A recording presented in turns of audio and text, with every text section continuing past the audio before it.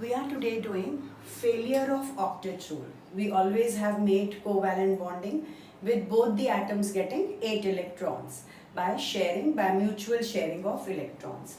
Now look at the first one, which is Be and Cl. The compound formed between both of them is beryllium chloride. Now beryllium chloride has one beryllium atom and two chlorine atoms. Chlorine atoms contain 7 electrons. So in both the cases, beryllium is atomic number 4, so 2 and 2, 2 electrons. Chlorine can be completed by 8 electrons on both the sides. But if beryllium takes one electron from here, it only has 4 electrons. So we will say octet is incomplete. So such compounds like BeCl3 and also BF3, you try and make yourself, show incomplete octet. So there is a failure of octet rule here. In some of the compounds, if I make SF6, that is sulfur hexafluoride. So sulfur has atomic number 16, 286. Fluorine has 927. So all fluorine 1, 2, 3, 4, 5, 6 atoms I have made 7 electrons with each.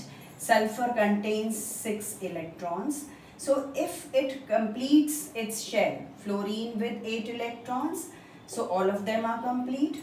Finally, for sulfur, I will make 8 electrons by taking one electron from each one of them.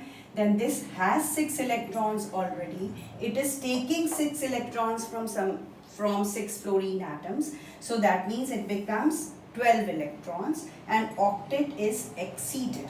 So octet is exceeded in some cases, sometimes it is incomplete. In this case, the molecule starts attaching with something else to get that octet, meaning BeCl3 can behave in such a way that it can attach to other molecules. Whereas in this case, a small change can be made because sulfur contains 6 electrons. It can take 2 electrons from these fluorine atoms, and I am changing this blue line into another line where I will say that fluorine has given electron to sulfur has given electron to fluorine but has not taken any electrons from them. So that means that it has formed 2 covalent bondings here where it has mutual sharing of electrons and it is not taking electrons from the other 4 atoms. So when it does not take electrons from 4 atoms, it is called singlet linkage. That is, it is given electrons but has not taken. So at this point there are 2 covalent bonds, but at these 3 points by a single arrow you will show singlet linkage between the other fluorine atoms from where the sulfur atom is not taking any electrons. So this is called singlet linkage. So failure of octet rule means either the octet gets exceeded or octet is incomplete. Now look at geometry of molecules. Now geometry of molecules means that if there is a molecule which contains, say, 2 elements. Beryllium chloride is 1 beryllium and 2 chlorines. The 2 chlorine atoms are going to align themselves, are going to be in space in such a way that they are as far as possible.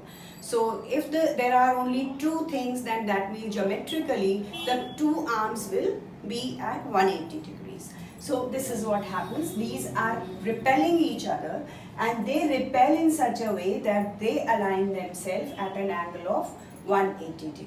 Before that the angle will be less. If I draw Cl here, everywhere the angle will be less. If I move down again, the angle will become very less. So the maximum angle or maximum distance between them is this.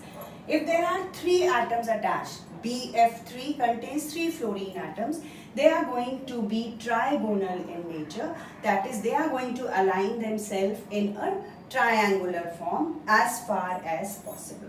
Similarly, methane you have learned before is tetrahedral. When there are 4 things, they are tetrahedral. The dotted line that I am showing you here actually makes the face, F-A-C-E, face.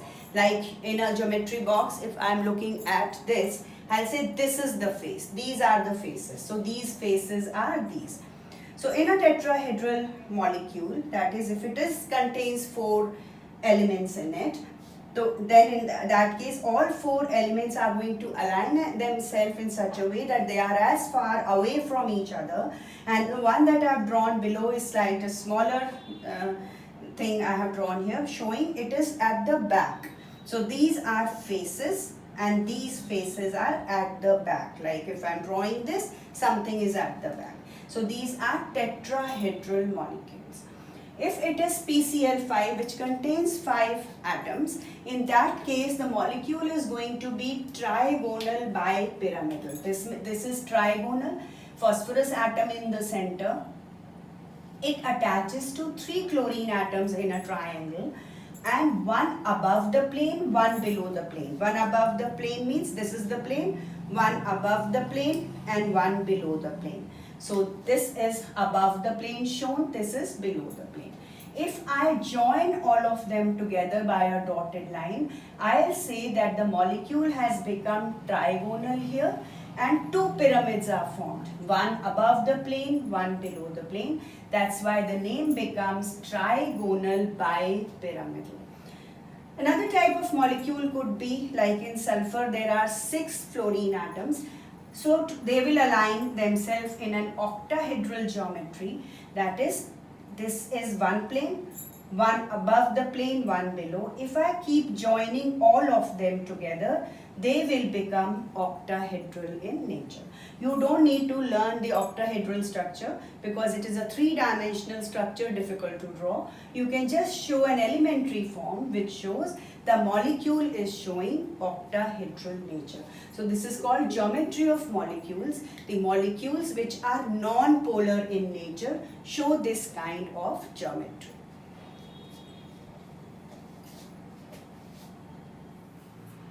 So now we look at the geometry of molecules which contain lone pair of electron. Now because of lone pair of electron, the geometry does not remain as it should have been but gets distorted. Distorted means changes. So I have written distorted geometry of molecules containing lone pair of electrons.